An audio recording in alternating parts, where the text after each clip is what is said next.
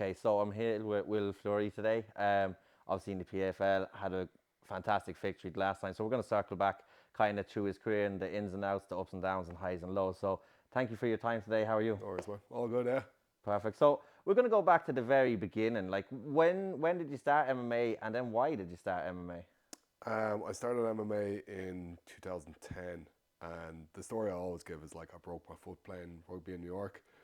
Um, like that is how I got into it. So I started doing boxing footwork. It was the arch. I crushed the arch, and I was told that the best thing I could do was boxing footwork to rebuild the muscles in my arch to get it back right because I didn't get the surgery.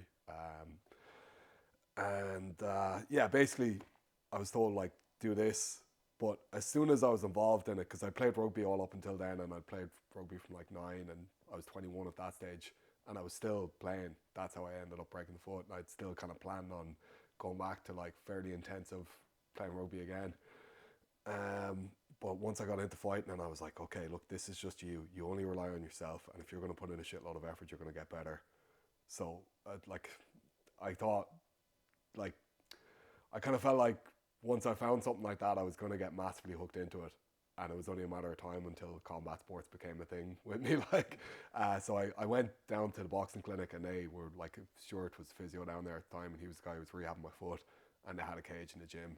And I was like, are you doing MMA? And he was like, yeah, we have a guy coming over from America who's going to teach wrestling. And I was like, right, this is it now. So I went there like as soon as that was Justin Robbins, and as soon as he came over, then I was just training there non-stop, like 5 days a week, straight away, kind of thing, and was full on into it, and thought I was going to be a world champion in a year or two,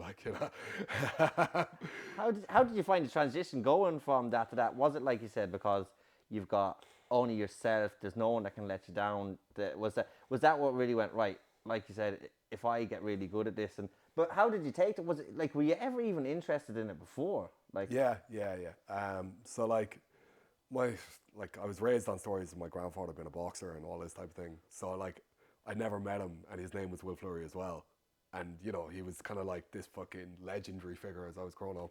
So I always kind of wanted to aspire to be that kind of a like that guy was my idol, but I didn't even know him. You know what I mean? Um, and I kind of think that I probably I boxed a tiny bit when I was younger, but I didn't have the discipline for it at that stage. I was like 12, 13, and rugby was a team sport, so it was more crack, and it was more it was more tangible. You had a game every weekend, and if you were good, your mates recognised you were good. It was that kind of there yeah, was a reward system within it. Whereas if I was boxing, I was just training. There wasn't a fight. There wasn't anything coming up. So I fell out of it a little bit too easily, because I didn't kind of have I didn't see it going somewhere for me, But then once I found so I was a fan of MMA from about 2003, 2004. I saw the fights on Bravo back in the day, oh that channel. yeah. So I think it was I don't know, UFC 40 something or one of those was the first ones I watched. And then by the time Matt Hughes and Royce Gracie fought, I was proper hooked, and I was following all the events, and I was kind of a big enough fan. And then I would have kind of had periods where I was real intensively into it and periods where I was less into it. But training MMA back then wasn't a thing. There was nowhere in I didn't know anywhere in Ireland that was doing it. This is 2005, 6, kind of 7, and if I was a teenager and I could have trained somewhere, or I knew there was somewhere to train, definitely would have been there. But I hadn't a clue at the time. Probably could have used Google and found out somewhere, but didn't, and just kept playing rugby. So then from there, like I was, you said it was 21 when that happened. So, like, when did you end up making your amateur debut? Like, and what kind of it's contrastly, it's so different now the amateur scene. What was it like then? What was it like going to make your amateur debut at that stage? Like, So it took a while, as in, we were, like, the gym I was in Cork, the MMA clinic, we were pretty serious about, maintaining this really good amateur record we had in the gym at the time. So fighting amateur to us was a huge deal. It wasn't go in there, get better, get used to competition. It was no, this is your life. This is what's going to define you. You show up, you smash cunts, you win, So it was a much more you live and die by the result of this fight kind of a buzz. And I think that was the general culture around the amateur scene at the time. It was this guy's the guy, this guy's the guy, And it was kind of you're the Irish champion if you're a good amateur. yeah, It was how you felt, because there wasn't that many of us back then.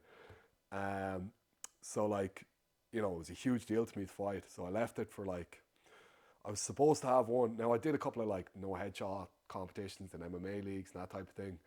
And then I did a few JITS tournaments, but it was about a year and a half of training before I fought even, which even back then would have been a good while. Like, now I know even like the young lads these days, they're putting in a shitload of effort and they're probably training 2 years, 3 years, a lot of time before they fought. And the standard now is so much higher. Like if you Yeah. go back and you look at my first amateur fight and you look at the skill set I had, and you look at a lad training 10, 12 weeks now, they probably have a better skill set, like, right? Because just the stand, like, Yeah. you know, the guys they're going to be training with have so much more knowledge. So, like, they come in, they're already, like, dipped into this pool of knowledge, if you get me, Yeah. just by being around people who are that much above them. Whereas, like, we were figuring it out, like, Yeah. you know, we had, like, Justin Robbins coming over and he'd fought in the WEC and he'd fought in all these places. But, like, it was kind of one guy, so we were trying to get as much out of him as we could. It's not like every one of your training partners knew all these movements and you just absorbed it. Like, Yeah. it was like we were pulling all of this out of one guy's brain, like, and it wasn't really like it didn't proliferate as much as it could have, if you know what I mean. Yeah. And then it was kind of just us driving it. So it was like myself, Kieran Daly, James Brennan, and we, like, the three of us were kind of just constantly in there trying to be shit hot, trying to like learn as much as we could from each other. But should we just show up and beat the shit out of each other every day? And that was it. It was basically like, right, I looked at this on a video, like I saw Randy Couture doing this. Okay, I'm going to go in and try and do that and smash you. Like, and if it worked, it'd be like, oh, what was that? Show me that thing, like, you know. So we kind of taught ourselves a little bit. And then we had Jake Hecht, who came over a little bit after all that. And Jake was like, he got signed to the UFC while he was with us as well. Like, so he was training in Cork when he got signed, because he came over, he fought with Cage Wars once or twice over in Jordan, and then somewhere else. I think he fought in Cork and in Jordan, and then after that he got signed to the UFC. So like we were training with him a good bit as well, and he was kind of more our size. Like, he was a welterweight, and at the time I was a middleweight, and like we were kind of similar enough builds. So like it was great to be able to train with him and kind of see that standard of like, okay, like, you know, this isn't some superhuman, like, you know, we're able to do shit, like, you know, we're like, I can not hold my own here, but I'm doing okay, and I'm only 3 years training, like, so it's like a couple of years now I could be smashing these lads, like, I know, like, myself and Kieran especially were very much kind of like, yeah, we're going to do this, like, two of us are going to make it to the UFC, it's going to be like, so we had that belief early, we just didn't have the level of knowledge we needed, like.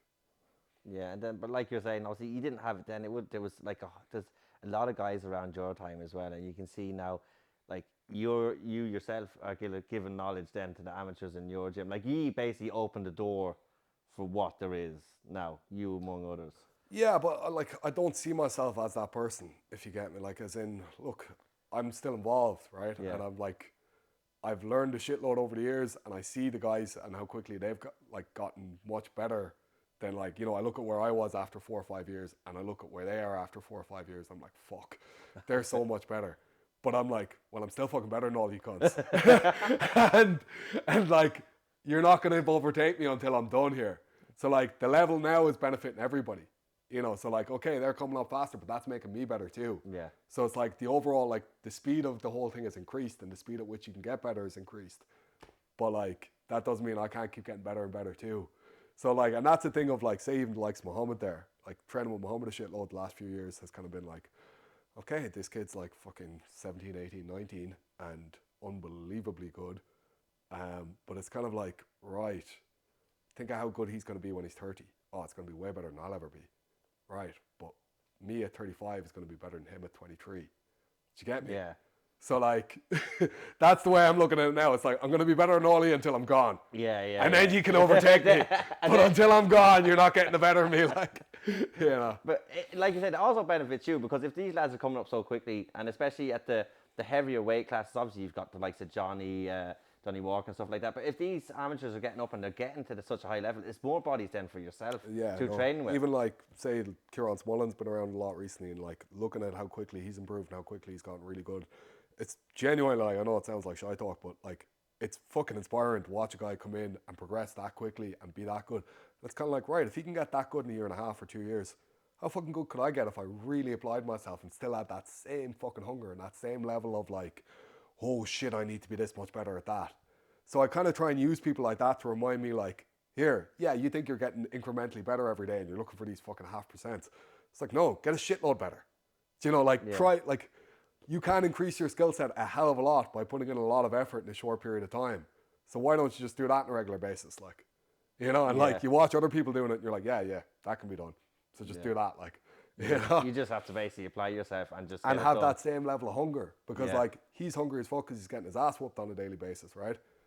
I'm now the ass whooper, so Yeah. it's like there's less like I'm doing pretty good, you know. No, you're not. There's somebody out there. You're Yeah. just not feeling it on a daily basis, like. Yeah. So it's kind of having that like, whoa, that guy is out there. Come on, Yeah. feel that in your heart. Feel that fucking anxiety in there, like. Yeah. Have that in the back of your mind, knowing Yeah, that's what like and you. chasing it fucking hard. And like, look, what I will say is I've always been the most driven cunt in the room. Like, you know, if I look around with my trainer, like I'm the psycho who's kind of driving the whole thing constantly, right? Yeah. But there's been times where I've kind of sat in my laurels and been like, yeah, I'm good. You know, I'm doing all right. Like, Yeah. whereas that attitude has kind of prevented me from getting as good as I could have been. And I feel like I've wasted time with that. Do you get me? As in, I've Yeah. let things slip by me and I've let, like, if I look at myself 4 or 5 years ago, I'm kind of like, you're a shy fighter and you thought you were decent back then. That's embarrassing. Like, you know what I mean? Yeah. Like, that, like, it kind of upsets me to think that I thought I was half decent at that period of time. And now, even still, I have these thoughts of being like, you're all right at that. Like, you're not doing too bad. Like, and then I know in a couple of years, I'm going to look at that guy and be like, you what a piece of shit. That guy was Yeah. terrible. Like, you know, that guy had no skill set. Like, Yeah. you Then know, they and kind like, of. that's where I want to be in a couple of years. Yeah. But it's kind of like, put in the effort to be that good now and get there in a couple of years. Like, Yeah, that's actually what you just said. I'm going to actually touch on that later in your pro because that was actually a pivotal moment in your pro, that mindset. But throughout the amateur, like what kind of shows was there around? What are the show compared to like what there is now, and how did you arrange fights and like? it was like pretty much through Stuart a lot of the time. And it was a smaller scene. So, like, it was, you know, Andy Ryan and Battle Zone. Stuart ran shows, the MMA Clinic, amateur fight nights, and all that type of thing. Trying to think of all it. So I fought over in England. Like, I lived in London for a little while. So, like, while um, okay, fucking, I'm trying to think of the lads. So Roy Ocean, I fought on Yeah. as well. Um, and I actually actually both times I fought in Roy Ocean, I was living in London and I flew back home. So did the MMA Clinic and amateur fight night. I had 3 of those, I think. Then Battle Zone, then the Roy Ocean cards, and then I fought on Warrior Challenge MMA over in London. And then my last amateur fight was Roy Ocean as well. And yeah, so that was kind of, it was a lot of just like, the scene wasn't that big. So, you Yeah. know, you just kind of text off like, or a Facebook message off somebody being like, do you want to fight this guy? Then you'd be like, yeah, grand. You know? And there was no looking into it. There was no like game planning. It was just you showed up and fight because. I would have like, so like, you know, I would have known, say my last fight was Lee Bammer and I was supposed to fight him a few times. So I would have known like his game pretty well and I would have like trained shit specifically to beat him. But it wasn't like, you know, you're going to research the fuck out of the guy and you're going to, and like, you know, if you're healthy, yeah, okay, cool, let's do it. You know, there was never a question of like, oh, there's a fight available, are you going to take it? Of course you're fucking taking it. Like, you know, as in, Yeah. there just wasn't that many opportunities. So like, a card might come along once every 3 or 4 months. If you didn't fucking take it, you were going to be sitting on the sideline again for another 3 months. Like, so like, you know, there was no like, oh, I'm not going to fight that guy now. If you got any name on a fucking sheet, you were going to do it. Like, you know. So Yeah, so because like now it seems like every second, every third weekend there's a show. Like, yeah, what do you make of that now compared to? brilliant. Do you wish you had had that? Yeah, So sort of. But like, look, it was just different, and we came up in a different time, and maybe in a way that gave us more time to. We didn't have the fucking skills really, but like, if we'd had them, it would have given us more time to develop those skills Yeah. and like compete once every 2 or 3 months. But in another way, like I think the way it is right now is probably a lot better and a lot like more conducive to developing that competition mentality. If you can go and compete every couple of weeks, if you want to be damn good at something, you can be damn good at it. Like the best way to do something is, or best way to get good at something is keep doing it. So like the likes of Gary Rooney there who can just fight again. He's going to be class. He's going to have that competition mindset down. You know, you look at all these lads like, and John's consistently saying this type of shit of like, if you look at like, you know, guys who've wrestled 300 or 400 times, guys with like 300 or 400 amateur fights from boxing or whatever it is, they just have a competition mindset. Doesn't phase you. And like, in a way, I kind of like, I don't look back and go like, oh, I wish I had that. Because I did play a fuckload of really intense rugby games that meant the world to me, where like I thought I was gonna like live and die based on those results, where I was shitting myself before the game, where I was really like, everything is about Saturday. You Yeah. know, Saturday is the day that defines you, like, and then like, you know, sometimes you wouldn't win, and some like, and you'd feel like, oh well, I'm still alive. Now I feel like shit, but like I'm here. And I think it's really important to go through those events. Yeah. So rugby was kind of my thing through that. So like, I felt in a way like I didn't miss out on the developing of that competition mindset, but I probably missed out on some of like the technical shit within fighting, if you know what I mean. But like, Yeah. if we had trained like, or if we'd fought less and been able to train high level technique at an earlier stage of my career, I wouldn't have been bothered at all. Like, because I think it was more just like I needed the details. Mentally, I never felt like, oh, I need to fight more often. It's like, ah, fuck it. I'm okay with competition. Yeah. I have a good attitude towards competition, and I always kind of felt like that. Even like my first amateur fight, I wouldn't say like I was definitely hyped up, but I was like, yeah, I know how to go in there and fight. And I know how to go in there and compete. You know, competing is competing, no matter what it Yeah. is. Like, but like if you're used to competing at a high level, doing something, and you're used to being kind of nervous and performing under pressure, it's the same shit basically. You know what I mean? Yeah, because I like how you said you got the competition mindset from the rugby when you come in, because you see a lot of fighters, and I see it with amateur fighters as well. It's not even the fighting; they could be really skilled, but it's like that. It's the competition. It's the day of. It's the waiting around for your fight, getting your hands wrapped, stuff like that. So you already had that mentality. So Look, it's a good bit more intense when you fight, yeah, especially the first few times. Like, look, I'm not going to pretend that like, oh, I wasn't phased at all going into my first few after. Oh shit, Ned. You know, it's proper like fucking, you know, and like it's fight or flight. yeah, And I'm not going to lie, I had those thoughts of like, oh, I'm just going to do this once, right? And then never again. You know, never again. Like, how am I, like, you know, even like, you kind of look at yourself, you're like, how did I fucking, why did I sign myself up for this shit? This retard, like, what am I doing? What sort of idiot am I that I ended up in this position in life where I've like chosen to do this at a weekend where I could be off enjoying myself or doing something like, but yet I'm here deciding to like go in and like smash it up fucking some other lad in my underpants in front of a lot of people. Do you know what I mean? You're like, I'm fucked in the head. Like, what is wrong with me? And I had those thoughts, but then it was kind of like, you win, and you're like, oh, this is fucking unreal. It's the best thing I've ever done. I can't wait to do this again. Like, it's amazing how like the peaks and valleys that you're going through those thoughts, but you still kept going. Like you had a but to be honest, like, they're moments. They're yeah, like, they're 20 minutes before the fight when you're shitting it, and you're like, why have I put myself under all this much pressure? For what? Like, there's no reward here. I'm not making a living out of this, you know? So it's logical at that point in time to yeah. question that, like, right? When you're about to go in and Yeah, it potentially makes get fucking sense. It's kind of like, what the fuck am I doing? Why am I doing this? And then afterwards, you feel all that enjoyment and relief and the release, and then you're like, and eventually, like, this is one of the biggest things. This is kind of one of the most artsy fartsy, but like also true things I've found in martial arts. Martial arts have made me like me more, and that's really invaluable. So like, I respect who I am because I do that. I'm the guy who chose to fucking show up. I'm the guy who like didn't fucking let fear get the better of him. That's huge to me. Like, you know, once you've instilled that in your character and you've overcome that thing of like, oh fuck, I felt like I wanted to run. And trust me, every cunt feels like they want to run at some point. Like, you know, when like, you don't, I'm like, if I'm going in to fight now, that doesn't hit me. Because, yeah, you know, I'm fucking, you know, I'm well prepared for it. And I've been dealing with this situation for months coming up. And it's like, I've got all this shit prepared. Like, the nerves hit you. But that whole, like, what am I doing here thing doesn't hit you. But I've gone through that. And I know what that is. And I faced it. And I like me more because I'm the guy who went and did it anyway. And that like, and that stays with you. And even like, look, I say I don't feel that anymore, but it's there somewhere. It'd be easy to stop doing this. It'd be easy to not chase this as hard. But because I'm the guy who does chase it that hard, I like Will. You know what I mean? yeah, And I wonder, like, and this is the thing that scares the shit out of me more than anything is like, when I stop having this thing to chase, what's it going to be? And am I going to become some bitter old cunt? Because that's the last thing in the world where it's like, fuck, you could end up being one of these guys who's sitting at the back of the pub being like, I could have been that, or I could have been some bitter fuck.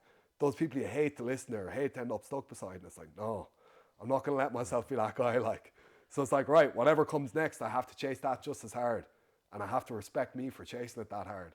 And as long as I like me, the rest of the life will sort itself out. Like, you know. Yeah, And that martial arts has done that for me, like, and I didn't find that quite like this before that, you know. yeah, because that's what I get from talking to a lot of fighters, pro amateurs, whatever. They turn around, they say between the belief in themselves, the fact that they show up and have to work for what they like. You're not given anything in martial Yeah, arts. yeah. You have to earn it. So it's actually good that you went through that. And like I said, there's still something somewhere in you somewhere before you go to fight, obviously. But you've gone through it so much that it's so tiny, it's minute. I'd say you don't even notice it. But it's like, I suppose, like with any amateur lads who come to me and they're like, "Oh, I'm nervous about this." It's like, okay, ask yourself those questions. It's good to be nervous. You know, what are you afraid of? And it's like, well, he could have this or he could do that. Okay, what are you going to do? What's your reaction?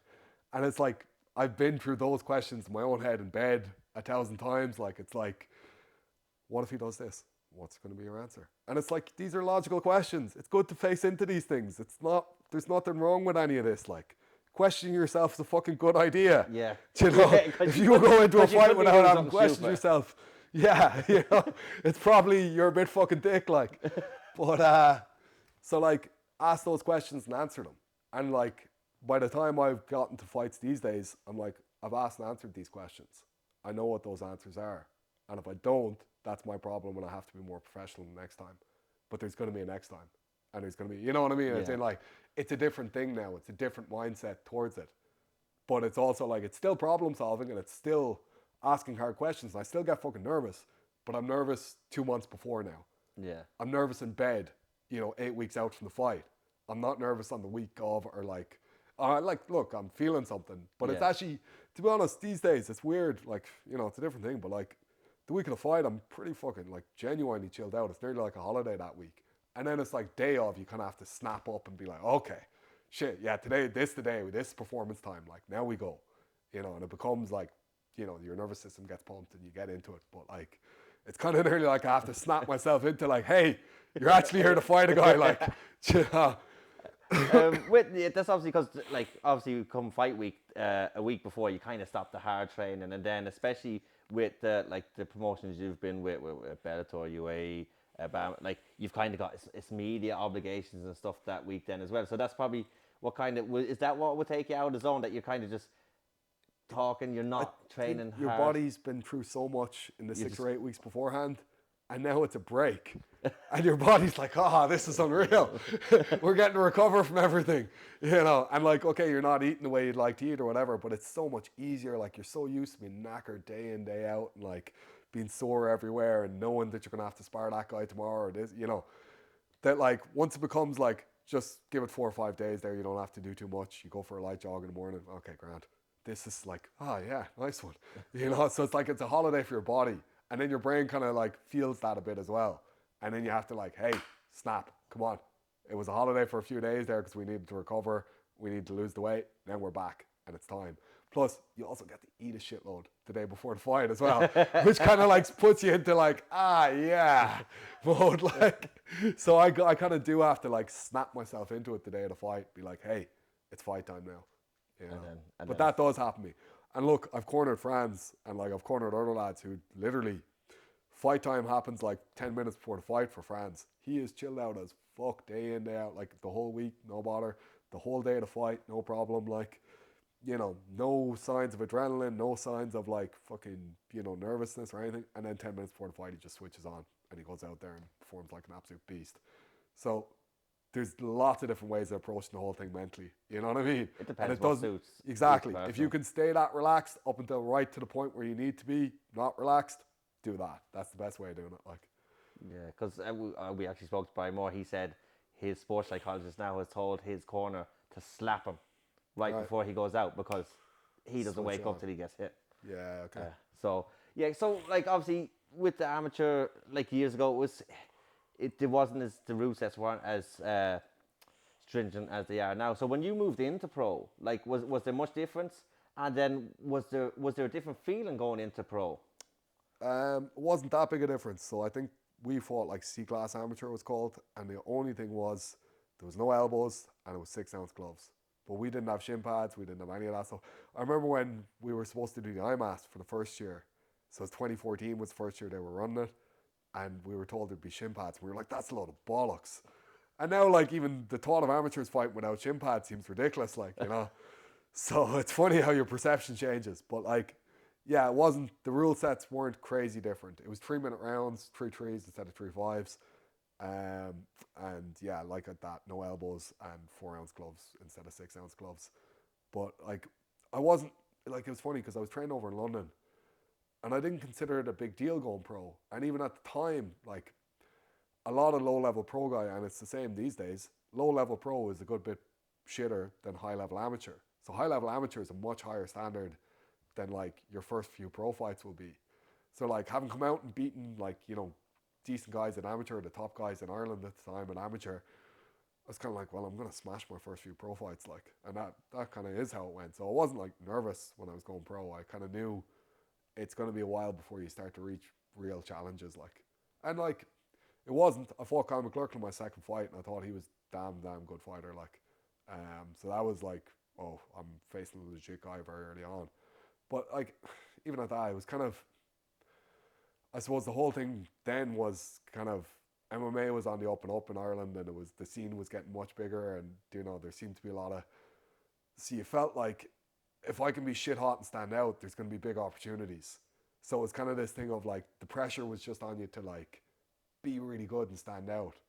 Um, so that was like that was the thing that made me nervous back then.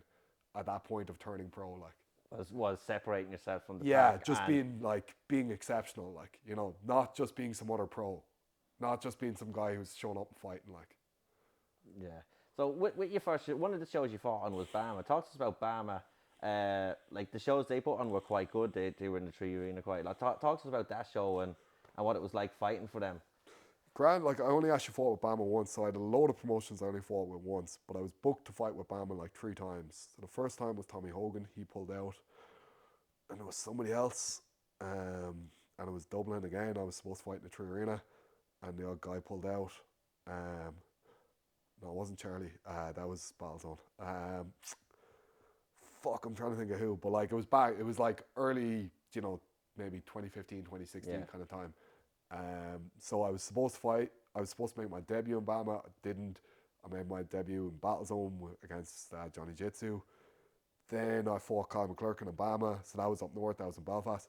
And yeah, it was cool. It was well run. It was in the Odyssey, and it was, you know, Yeah. stadium, and like they got a decent enough. They didn't sell it out, but they got a good enough crowd up to it, and it was a huge win for me. Like, because I was like, right, that lad was legit, and I smashed him, and I was really happy with how it went. Like, so I was like pretty pumped up after that, and was just like, right, give me whoever.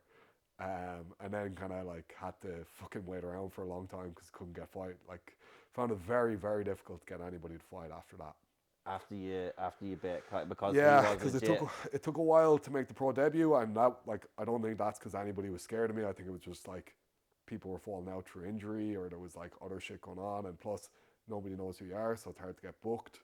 And then I showed up and I beat Johnny Jitsu, and then it only took, jeez, yeah, wait, that was 2017, so it actually did take a year. I was supposed to fight in Cage Legacy twice in the meantime.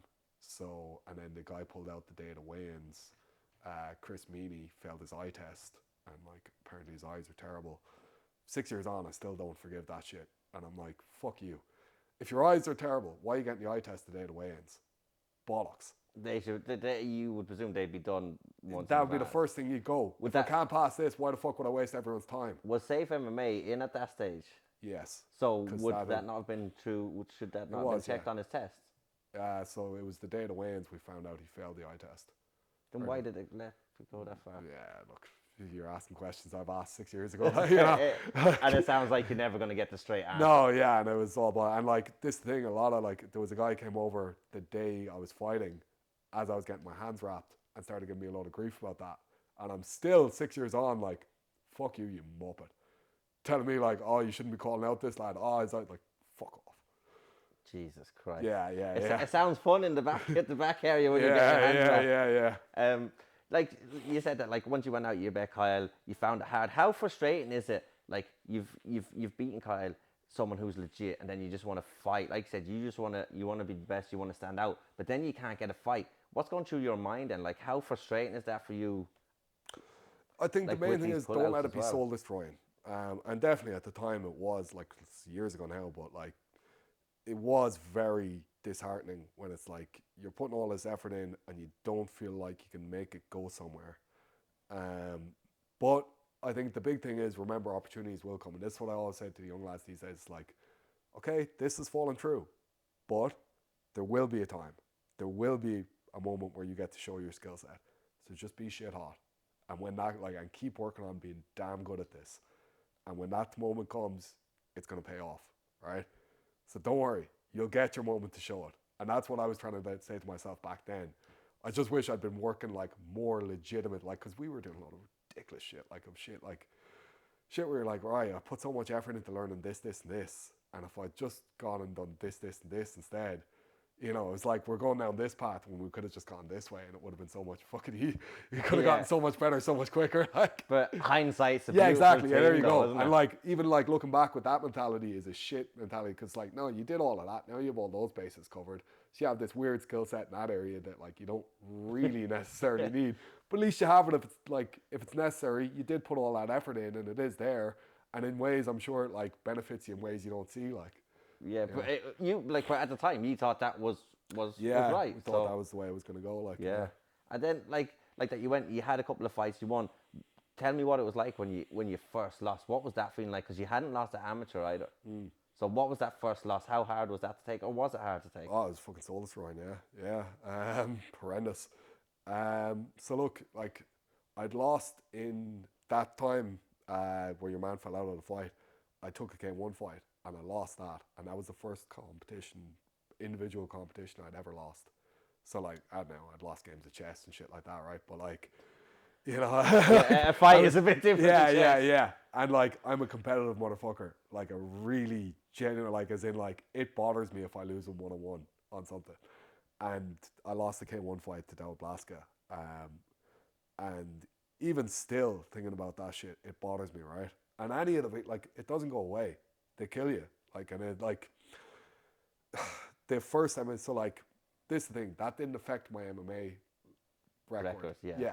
So I was still undefeated. I was still an undefeated pro, right? And I was only 1-0 at the time anyway. But, like, I got to four. Like, so say that crushed me inside. I was very more like, I took that way too hard. It, like, fucked my ego. It fucked a lot of shit where I was like, okay, it's possible to lose. And I knew it was possible to lose. But I was like, I had this kind of, like, religious belief in myself of, like, no, you Will fucking Fleury. You smash everyone. And that, like, I'd proved that to, like, or I felt like I'd proved that to myself in training and done all this shit to be like, you are not like this. You're here. You're exceptional. You're this fucking guy. You're, like, gonna absolutely destroy everyone. This is your legacy. This is your fucking thing. Like, so then when it was like, you lost this fucking K1 fight, how did that happen?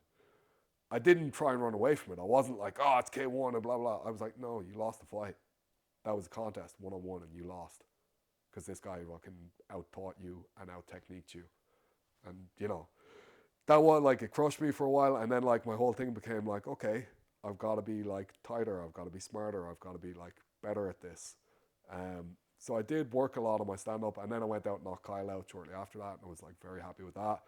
And I think, like, because of that, there was that period of, like, oh, okay, yeah, I'm back doing okay. I'm okay at this, yeah. And then, like, it's always the last result, as in, like, so, like, I lost. I took it real hard. I was working my balls off again. It was, like, really, like, boom, boom, boom. And then I got that knockout win. And I was like, yeah, I'm good. And then, like, I went off to Africa. I did that reality show.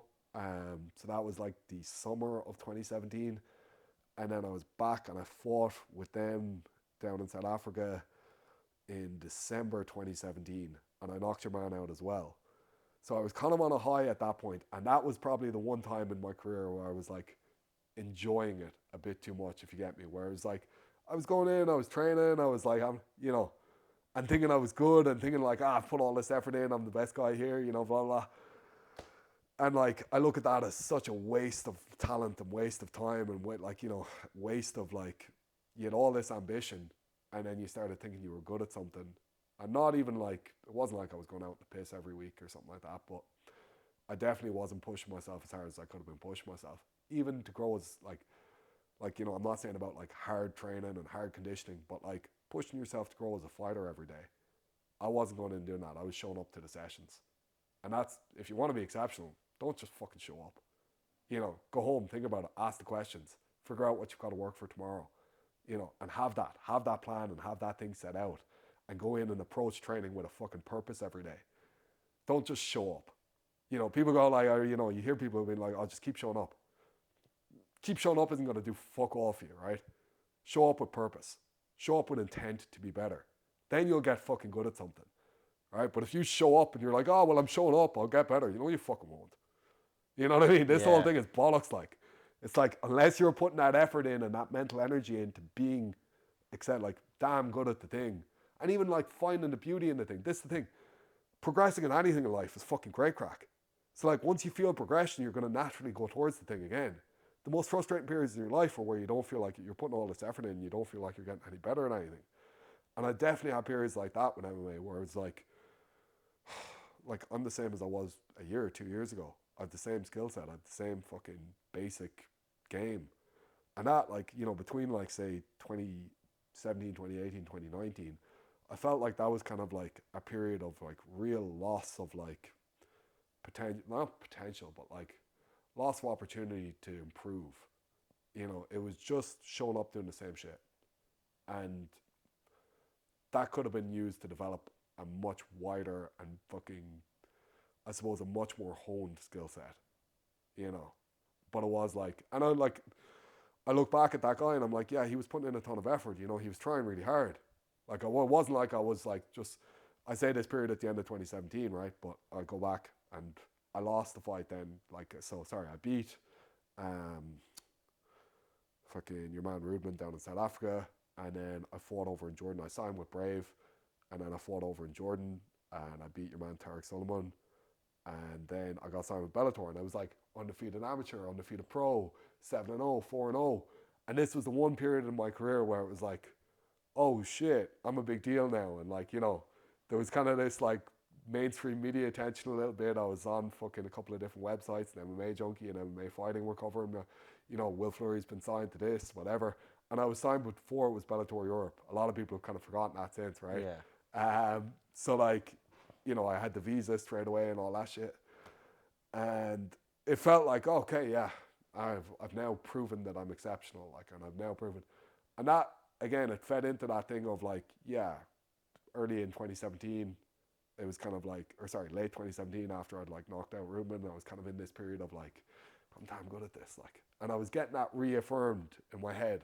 Like, yeah, you're good at this. Because of all the attention and even and just, the the and positive. who you signed with. Yeah, and like, training was going well. Like, or, my eyes, like, I was like, yeah, I'm able to fucking do really well in training all the time. Like, the guys around me, I'm able to win against them. And it's like, that's not your measurement tool, man. That, like, and if I look back and like, I have experience now in this, so I can advise somebody else on it. It's like, don't compare yourself to who you're around. Compare yourself to you and what you could be. And it's like, I wasn't fulfilling what I could have been at the time. But all I was doing was comparing myself to the people around me. And then I was like, oh, you're doing all right. It's like, no, you're not. Yeah. There's going to be other fucking people out there. It's not just people around you have to beat. Like, Yeah. so like, keep beating you. And like, I know it's a Connor thing, but it's fucking so true. It's like, be better than yourself. Just keep getting better than yourself. And that's going to lead to something good. Like, and that was a period of wasted potential in that sense. Where like, if I have fucking any major regrets at the end of this shit, it's like, there was a couple of years there you could have been focused on a lot more on development, and you weren't. And did you notice that at the end of the period and after you lost the fight, did you notice and go, right, okay, I got a bit carried away there? So I'll tell you two things happened, right? So first, I lost to Alan Amandowski in Rome. I got knocked out in like a minute and a half into the fight, and that was like, right, you're hyped, you're this big deal, you're this fucking thing, and then, obviously a minute and a half in, you get fucking knocked out. But it was kind of easier to like chalk down to like, you got caught, you got clipped. It was, it wasn't like a comprehensive ass whooping. Like, so in a way, my ego, like, even though I was my first MMA loss, I was kind of like, I just need to try harder. I need to be better at like this, and this. Like, it was kind of like, do what you do, but do it better. And then a year and a half after, so I won 2 fights in between. I beat your man Sean Taylor, and that was fucking true. Really, that was probably like one of the most positive. Like, here's the thing: I always focus on the negative shit, right? Yeah. So like in my head, the losses are so much bigger than the wins, and I'm like, I have to nearly remind myself, you've had a load of class wins. your career is a really successful one, right? Yeah. You know, you've got off, you've won world titles, you've done all this cool shit. But like, none of that matters to me. I You don't give just a focus fuck. on. I literally, it's like, yeah, I've done that now. That's over. Like, as soon as I won that belt, it was like, yeah, done. Oh, you've won the PFL, you're signed with that. Okay, I'm in the tournament now. I gotta go and win this tournament. It's a bit like, I probably should try and enjoy it a bit more, you know? But I enjoy my daily life. I just fucking can't really, like, wins mean nothing to me. It's funny, but like, once I've won it, it's like, okay, that challenge is gone now. The challenges I didn't overcome fucking kill me. The And ones like, that haunt you. still, like, you know, it doesn't go away either. Like, if I think about that thing from 4 years ago where I got knocked out, it's like, fuck. That was such a shit time. That was such a waste. Why the fuck didn't I prepare better for that? Like, and that will never, and like, look, that's what motivates me to try so much fucking harder for the next one, because it's like, that won't go away. That pain still stays with me. Whereas, like, the joy of winning, maybe it's there somewhere. Like, you know, maybe I feel it in some other way. But like, when I think about winning a fight, it's kind of like, yeah, that thing happened. But when I think about losing a fight, it's there. It's in my organs. I feel it still. Yeah. Do you know? The other thing is just like an acknowledgement of a situation that I went through. It's like, yeah, I Yeah. won a fight. Ah, class. Yeah, well done. So You know? the joy is like short lived. Yeah, the joy doesn't stay. The Do you- pain stays. Yeah, but do you think the pain is a contributing factor to you staying motivated and not letting stuff like that happen again? Probably, yeah. Yeah, I hope so. You know, like, it's definitely the thing that drives me the most anyway. Like, if I'm feeling a bit like sorry for myself or tired, or like a bit like, oh, it's the end of the week and it's the second session on a Friday, it's like, yep, Norbert Novenny whooped your ass in front of 10,000 people, of your people. Okay. You know, it's like, get off the couch, cunt. You know, so like, it is. It's a fucking. It's a good tool to get you going, and like, I don't know. I hope at some point in my life that I'll get to a point where like those things hurt less, Yeah. and they definitely, like, it eases.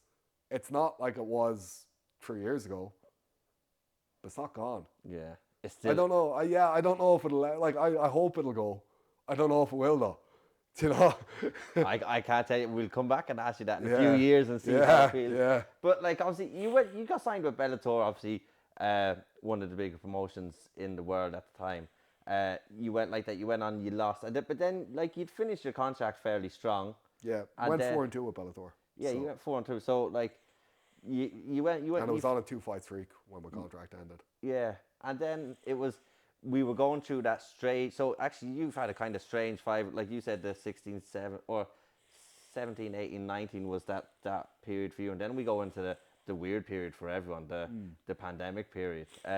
So like once you finish that contract, you're assuming you're getting a new contract, obviously, because you'd finished it strong. Especially when they come here, you're a crowd favorite. Like what was that kind of like at the end when you, especially with the pandemic happening? Like then you were waiting on the contract. There was a little bit of back and forth, and it seemed like miscommunication at the time. Um, like, I know you said this to me right before the interview about like what happened at the end there, and I'm nearly forgetting myself now. I think it was that I had, like, when I won in Milan, my last fight, it was main card and it was Ken Kaupinen, and then Fabian had just lost. So the obvious fight was me against Fabian. And like, even from what I was hearing from John and Dave, based on what Bellator wanted, that was what was going to happen. So I was like, cool, that's going to be brilliant. Yeah. So in my mind, that was the fight I was preparing for. So like late 2020, it was all about that. And like, you know, I was going in, I was sparring with a lot of Southpaw lads, and I was really like, you know, getting myself geared up for that. And then it was like March. So then in January, say, I was told like, yeah, that's the one, keep preparing for that. But it's going to be a while because COVID and this type of thing. So I was like, okay, life's on hold a little bit because of COVID, but keep preparing, keep whatever.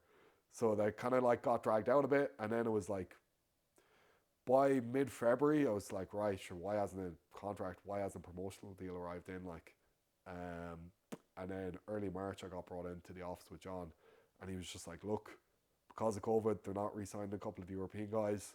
Looks like you're probably one of those guys. But like, at the same time, they're coming back to Dublin, and they'll more than likely want you on that card if they're coming back. So I was like, grand. And to be honest, in a weird way, that was like nearly a relief, a bit of a boost, because I was like, okay, now I can go and fight somewhere else. And now I can get a fight somewhere. Because I was kind of like, well, Bellator aren't booking anything. There's not going to be anything anytime soon. Yeah.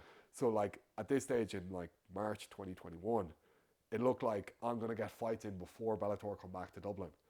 And then over there, so I straight away messaged a load of promoters, was trying to get on to a lot of people, and like nobody was doing anything because of COVID, obviously. Yeah. So I was like, shit, it's not really an option to get a fight somewhere else. And then it became a thing of like, they sent me a letter, or they emailed me a letter basically being like, we really enjoyed working with you. Thanks a million. We really appreciate the good work, blah, blah. We're not resigning. There was kind of Yeah. like, and in fairness, fair play to them, like, it's kind of a courteous thing to do of like, send someone a letter to be like, we're not resigning you. But also in the letter, there was something about like, best of luck with the rest of your journey. But it kind of intimated like, there was a little thing in there to be like, best of luck with the rest of your career, basically. Um, and I was like, you wouldn't put that in if you were planning on having me in the Dublin show. Do you get me? Yeah. So I brought it to Don and I was like, are they still thinking of Dublin? And he was like, no, it doesn't look like it. So it's kind of like, it slowly progressed into that situation. And then because I couldn't get out anywhere else, I was like, fuck, this is going to be a rough period, like Yeah. financially. So then it was kind of like, right, where can I get it? Like, where can I fight? Where can I make money? And what can I do to get out there and, keep this thing on the road, basically. Yeah. And then I managed to get a fight over in the FM in Bulgaria. And then what was after that? Then it was Abu Dhabi, was it? Yeah. And then, so it's only been 3 fights since then. So it's, yeah, 3 fights since that. But like, thankfully, they've all gone really well and I've been smashing it and like won a belt in the meantime as well. And, now I'm with the PFL and they look like they're a more legit career opportunity, Yeah, they are. And there's a couple of things I want to touch on going back. Like, when you've come through that, obviously, you went through that weird period where you said you didn't progress as a fighter, you could have got better. You then use, obviously, because you weren't preparing for a fight a lot of the time during COVID, did you find then you were progressing as a fighter because there was no fights coming up? You weren't in camp. You were getting more technical. You were getting better skills and like that. Like going back to the early days, if you stand out, were you, because you talked about increasing your technique and the likes of your stand up, which has showed in the past couple of your fights. So was that in the back of your mind, becoming to try and stand out again through this period? Yeah, it was all like, look, I always wanted to do that. It was more that I didn't have the technical input to get there. Yeah. But then during COVID, I started training with Narius and Muhammad quite a bit. And like, look, Narius basically, like, he's very like old school kind of like Soviet style training where it's kind of like, it's very relaxed, but it's also kind of like quite methodical and quite like in an intense relaxation, if you get it. It's kind of like you're drilling in an intense and focused way, but you're like smooth as you're doing it, you Yeah. know. And I kind of like, I was so bad at it when we started doing, I was so like MMA style of like, go heavy, be Yeah. strong, move with intent, like move powerfully. Everything's got to be like fast and jerky and kind of. And he was like, no, slow and smooth, just do the thing, do the thing, do the thing. And like, even just drilling jiu-jitsu like that kind of changed my mindset towards like, oh, okay, I can go here and I can go here. And everything was kind of like playful, but like playful with intent. It's like, I can do that. Like, there's a system behind this. But while I'm playing within the system, I just understand the game I'm playing. So having him and having like, kind of having that like different input into your training and drilling in a different way, I think opened my mind a lot as to like the way I could move in an MMA fight. And like, I even feel it now, like there's guys who get you down in the half guard and they're like holding on for their life. It's like, what are you wasting all this energy for? Why are you holding me here? I'm like, what's the intent? Why, like, where are we going? Where does this end? And I think that was the thing. Like, I'm always like, ask questions, get answers. All right. So ask questions of yourself in those situations, but also like in a technical sense, where does this lead to? Yeah. And when you're drilling in that sense, like in this smooth way, you find out where things lead. You find out like, oh, if I go here, this happens. If I go here, this happens. If I go here, this happens.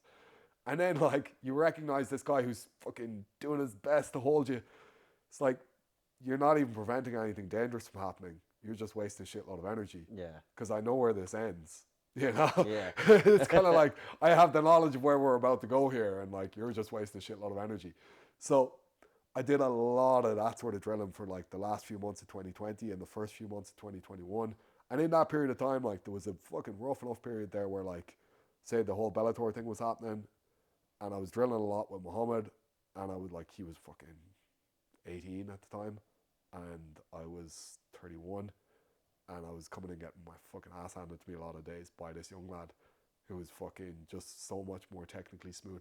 Now we were doing jiu-jitsu, and jiu-jitsu is kind of his thing more, but like, you know, I was way behind Yeah. mentally. And like, I'm always like, I'm asking the questions, I'm trying to figure things out, I'm trying to be as good as I can be.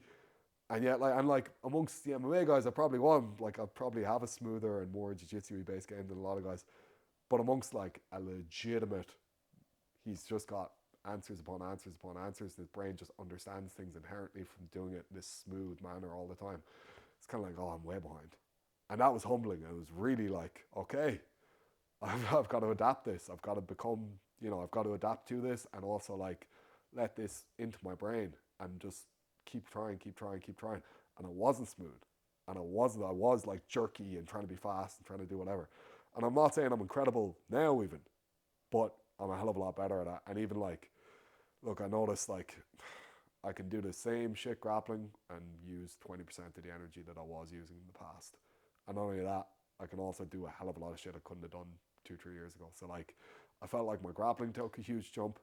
And then I just started doing like, look, I've been working my stand up for years. Like everyone's like, oh, your stand up's made such huge improvements. Talk to anyone who sparred me 5 or 6 years ago. They'd all be like, geez, your stand up's really underrated. And everyone I fucking sparred for the first time is like, fuck, your stand up's really good. And it's like, geez, I must look shit in my fights, do I?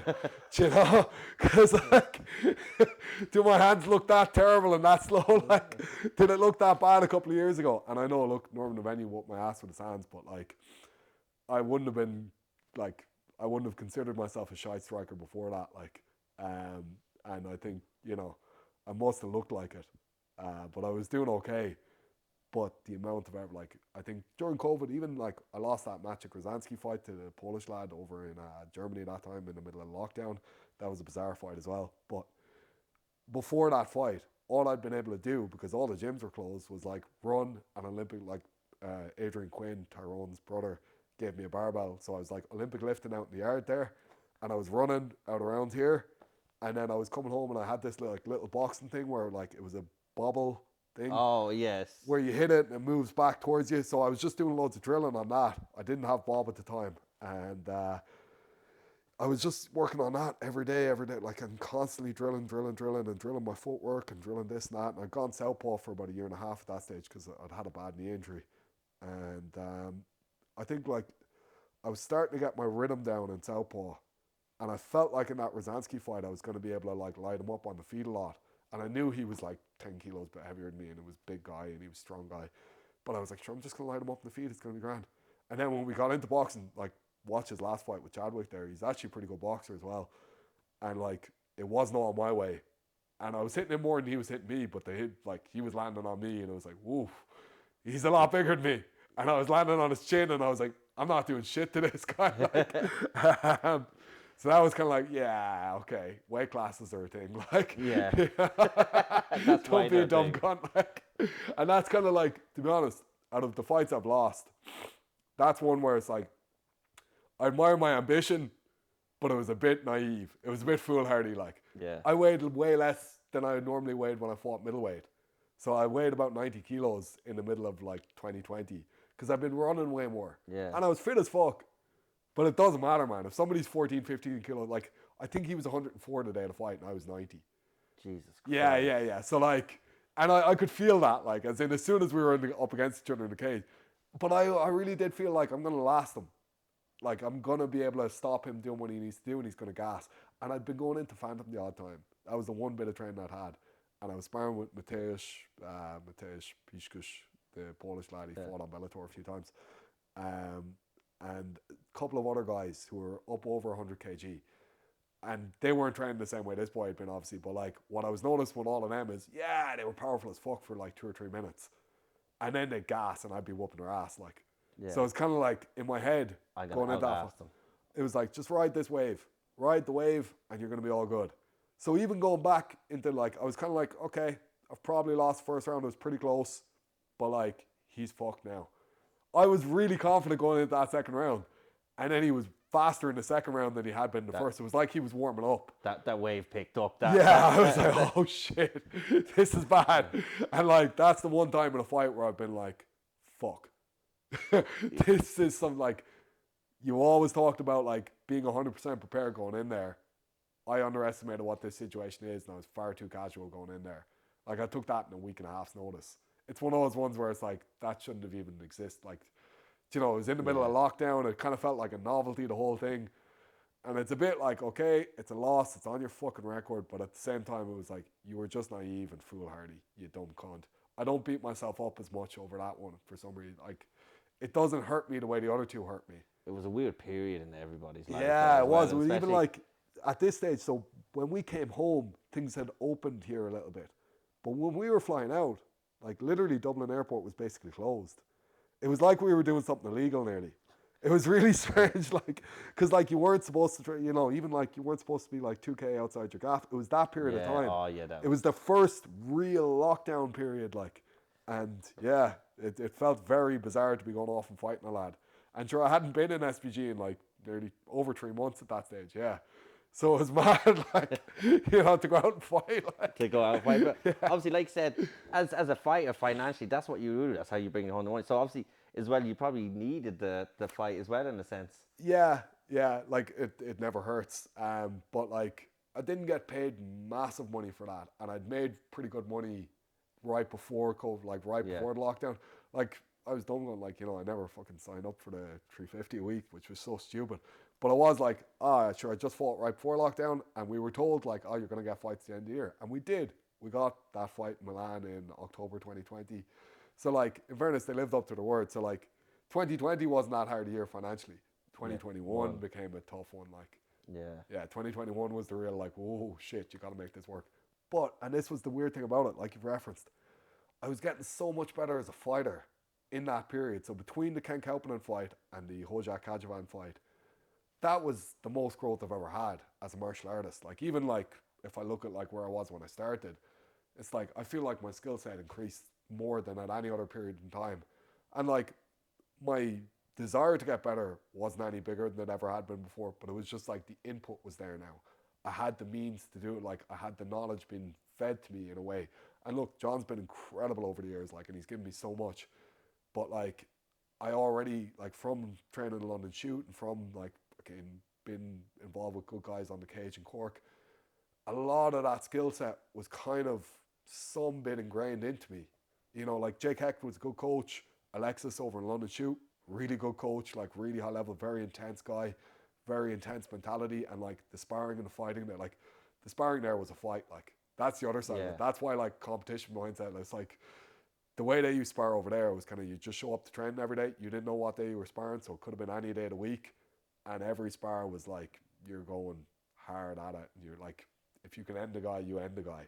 Do you know, and if he can end you, inspiring. yeah, Yeah, and if he can end you, he's going to end you. Like, and that was the way it was. And like in a way, it does develop a kind of like, okay, cool, we're doing this. Like, yeah. this is what it is, kind of buzz. But at the same time, long term for your career, I don't know if it's the best thing to do that day in day out. Like, But it was what it was then, and yeah, yeah, exactly. that's how you train. So, like, what it sounds like to me from the way we're talking, it sounds like everything kind of at the end of 2021 coming into now is everything kind of fall into place where you grow your mentality, you're looking back on things. Obviously, you won the belt at UA Warriors. You went straight in, title shot. Talk us through that and how that felt. Because obviously you got a management company, and speak to me, how important did you find a management company? Because you have a good record, Yeah, yeah. but you were finding it hard to get places. How beneficial for someone with your record who maybe isn't known globally, how beneficial is a management company? And then talk me through that fight. It depends on your situation. So like, I wouldn't like I wouldn't say to every young fighter, oh, get a manager, Yeah, get this, get that. I would say be damn good at what you do first, then try and develop yeah, a following based off of like what you are. So be true to yourself and be true about who you are and what you are, and put that out there. Because if you're good enough and you're inspirational, like, you know, you should be someone you yeah, aspire to be, and you should be someone other people aspire to be. If you're going to live this lifestyle, you should be like a leader amongst, you know, yeah, the thing you want to be damn good at. Like, and if you put that out there and you make that like something people can see and access, then people are going to want to do that. Like, are going to want to be involved with that and follow it and see it anyway. So like, be true to yourself. That's the big thing, right? But aside from all that shit, manager, like, developing those two things, being really good and having a bit of a following, are going to be way more beneficial to you than having a manager earlier in Yeah. your career. So I would say do those things first, First. and do those above all else at any point in your career, right? A manager will help connect you with opportunities at certain points in time. And look, I see guys in UFC now who are like fucking, what, 6-3, or like, and they're not very talented fighters, and they don't have followings. And it's like, well, that's a good manager doing good work. It's like, there's a guy who's a good manager getting their guy opportunities they probably don't deserve. But at the same time, I'm like, what's that guy going to be now? They're going to be found out. Yeah, and they're going to be some guy who gets a couple of 10 and 10 paychecks and then goes off and does something else with their life. It's like, it's not really a legacy you want, is it? Or that probably goes back to regional when they should be doing more of the regionals then going to the Yeah, UFC. yeah. Like a Benjamin Button career sort of. Yeah, but like, look, there's a lot of ways of getting to the same point, I suppose. But like, I suppose make as much money as you can. So don't ever refuse the opportunity to make more money. But at the same time, if you haven't been doing your absolute best to be shit hot as possible, you're going to get found out when you get to that situation. If your focus is getting there rather than being really good, getting there isn't going to be much use to you. Do you know what I mean? So focus on being really good. Yeah. And then when you get there, it's going to be about, like, you're going to do special things. Like, but management wise, look, I definitely found it pretty tough in 2021. I don't know if that was because of lack of manager or more the COVID situation overall was a little bit more. Yeah. So it's kind of a hard thing for me to even look back on and judge. There's too many variables to say it was one thing like, or the other. if I'd had a manager during that period of time, I don't know if I would have gotten on any better. Like, I have a manager right now, and it's now, late October. I'm probably not going to fight until next year. That pissed me off. It's really annoying. I really want more going on. Like, I'm here, I'm healthy, I'm ready. Why aren't I fighting? That's killing me, like. Yeah. And look, that's kind of a situation with the PFL and all that type of thing. But like, I don't know if it's necessarily like, oh, you definitely have to have a manager. If you're in a place like SPG and John is very well connected and you're with Bellator, I'd be like, nah, don't. What's the point? You're paying. Yeah. You're paying a guy a fee for nothing. Yeah, for not doing a whole lot for you. But if it's a different thing, like where I went straight in and got that title shot against the guy who I'd already beaten. I couldn't believe that situation when it got offered. I was like, okay, fucking brilliant, like, a free belt. Yeah. I wasn't like, look, he's a damn good fighter, joking. and like, I wasn't taking him lightly. But it was to go straight in at a title shot isn't something that usually ever happens. Yeah, and what's weird is, right, like, this is the other side of that. So like, I beat Tarek before. When I got over there, they were making it seem like I was showing up to like get my ass whooped. Even all the boys associated with UAE Warriors were like, oh, the whole vibe of it was like, he's going to whoop your ass. I was like, do you lads do any research at all? So it's kind of funny, and even like when you listen to the commentary, even on the Fight Pass, like when you listen to boys who are commentating, they're kind of like real surprised by the way it's going. Or, they seem to be like, oh, this isn't what we expected at all. It's like, did you do any research? No, I'd already beat him pretty comprehensively. Like, and in fairness, look, he gotten a lot better since. And I was like, I did respect that. I was like, I've watched his last few fights. He has improved. He is faster. He is like, he's a second degree black belt, man. He was the jits coach down in Tiger Muay Thai, and he's got his own gym now. And, very well respected guy. He's trained with a lot of very high level guys. But at the same time, I was like, I'm a much, much better fighter than this guy, and I'm going to go in there and smash him, like. And that was pretty obvious to me.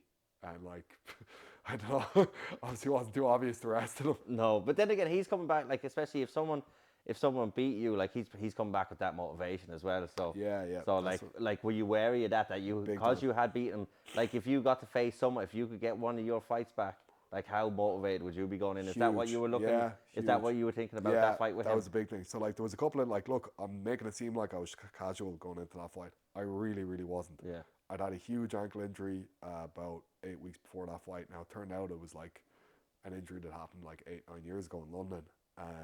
But it had flared in a way where like it was causing huge problems. I couldn't really walk properly for a couple of weeks. But then by the time the fight came around, that was actually much less of an issue. But I'd had that throughout the camp.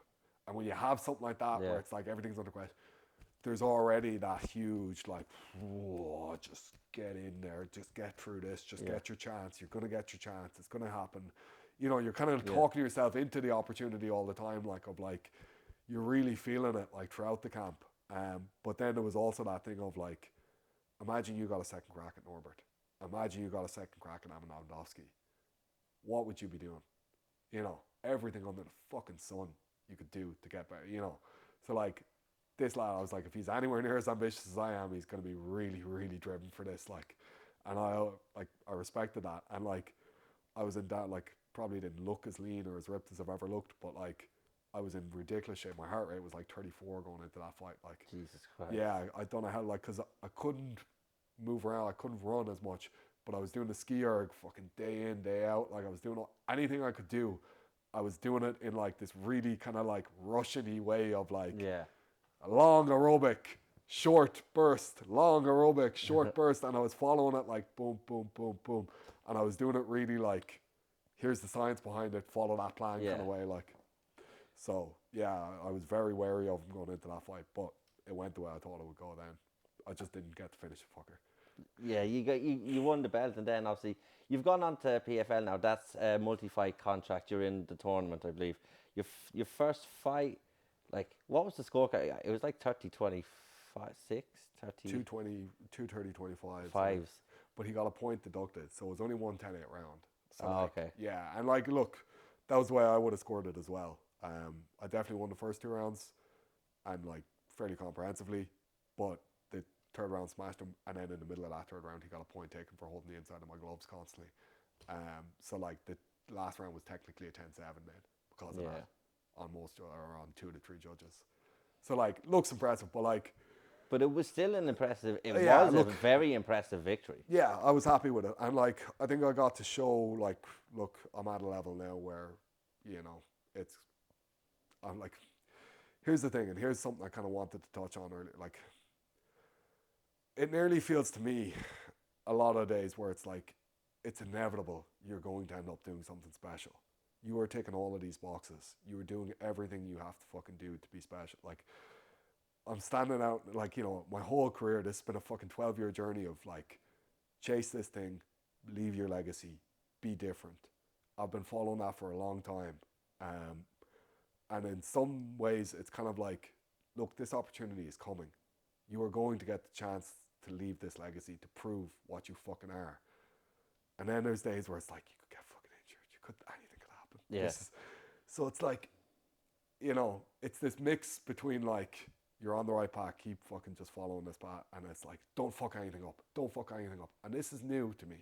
This anxiety of like, just make it to the fucking show where you can show what you are. Do you get me? Yeah. That's been there for the last like month and a half of like, don't let anything happen that stops you from being able to go out there and do this thing that you're about to do. Because that's where I feel like I am. It's like, I'm on the cusp of something truly fucking special. And I'm on the cusp of kind of like getting to leave that legacy that I've been fucking, you know, working for and dreaming of and like fucking. And look, what's legacy? It's a lot of shite. Like, I'm not going to care once it's done. Do you know what I mean? Like, Yeah. but to me, it's now that journey of getting to that point where you are that fucking good. And when I get to that point, I'm going to want to be better. And that will never end, I hope, anyway. But I'm like, right now I'm at a level where I can do things where, you know, I don't see any light heavyweight in the world who can stop me doing what I want to do when I'm like, when I'm hitting the right techniques at the right time and I've got that flow down in my brain. It's kind of like, right, you're going to be able to do this to anybody because you understand the system by which you're doing it through. And I don't, like, look, you know, I've had 4 fights where I basically haven't gotten hit. Your man caught me like here once.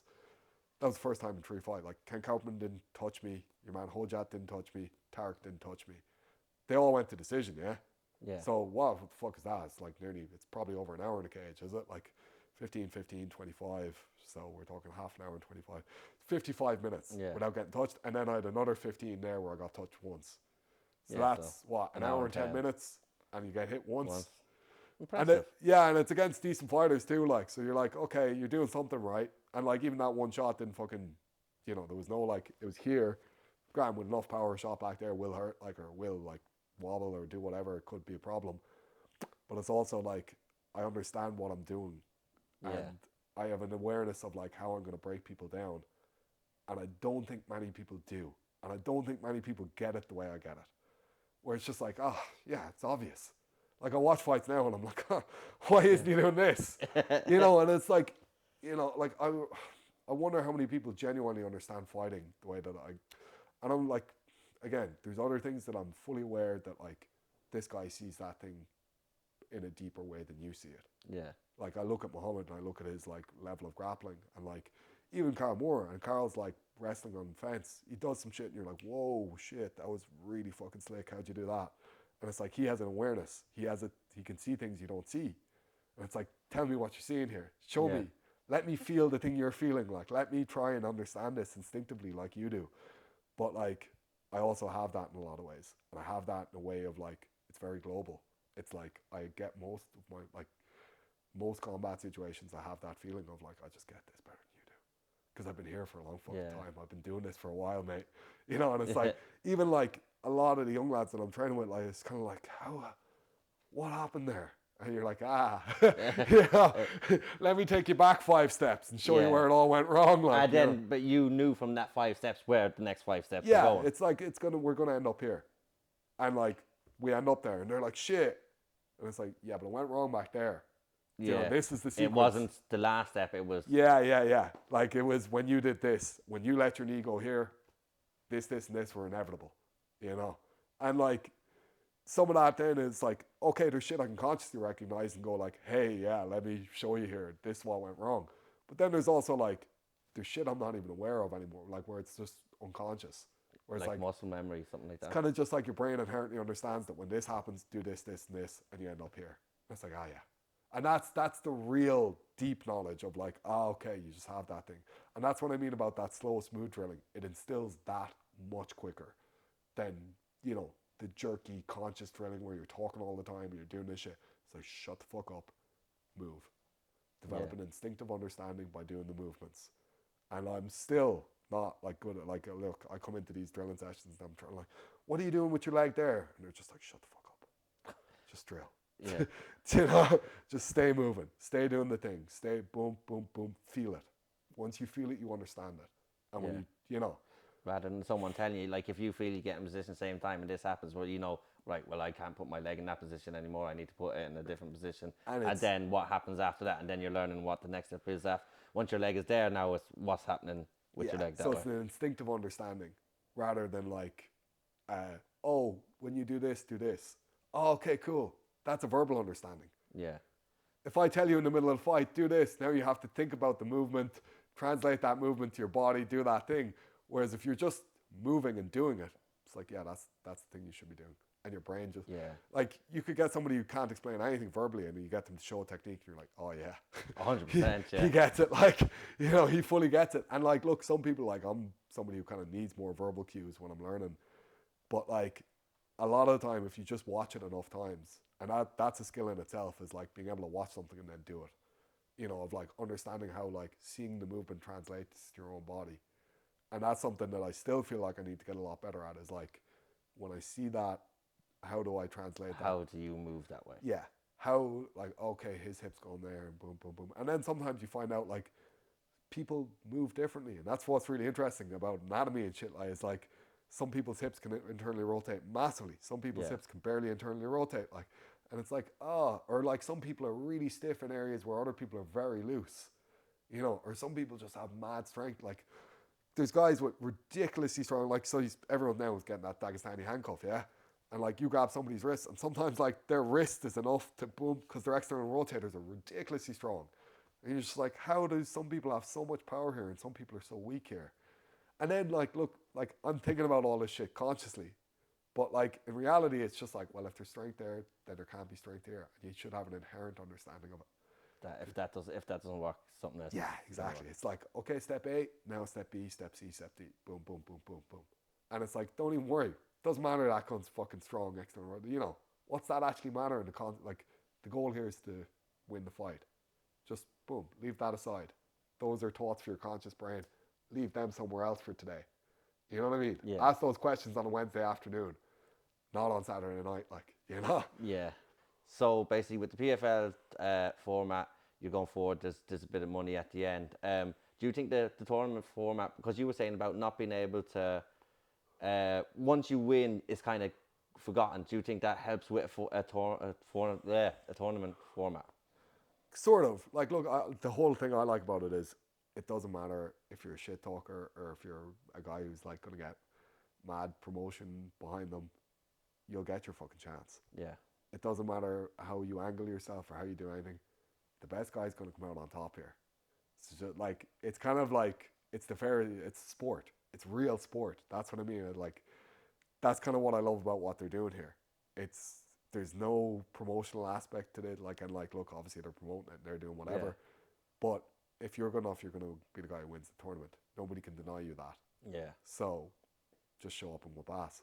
That's all you have to focus on. And I love that. Like, I like, like I come into this thing and like when we were going on earlier about like MMA being like something where it's like, well, if you're the bet, like if you're just really good, you rely on yourself, you'll get opportunities. It's like, yeah, it sort of is that, but it's sort of not. We've all seen enough examples of like, especially like I think Europe and Ireland is probably one of the worst places for this, where it's like, well, if you just angle yourself in the right way and appear to be something, you can get opportunities you might not really deserve. yeah. So there is that element of like it's more show than sport sometimes. But in this situation, in this tournament, it's all sport.